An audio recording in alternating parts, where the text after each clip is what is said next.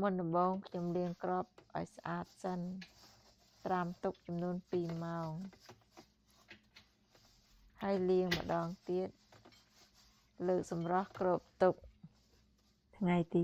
2ខ្ញុំយកមកលាងទឹកសម្រស់គ្របទុកធ្វើបែបហ្នឹងព្រឹកម្ដងល្ងាចម្ដងរៀងរាល់ថ្ងៃបាន3ថ្ងៃ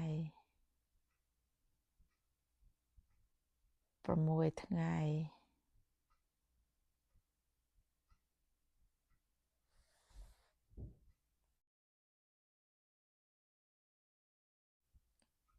7ថ្ងៃ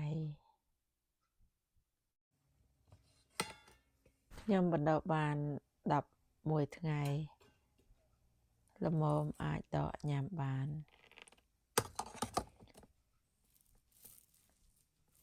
ខ្ញុំដកដាក់ក្នុងកែវជ័រ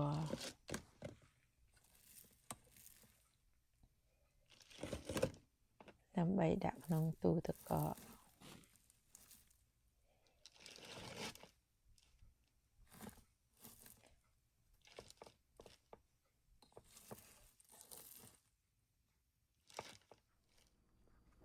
គ្របទុក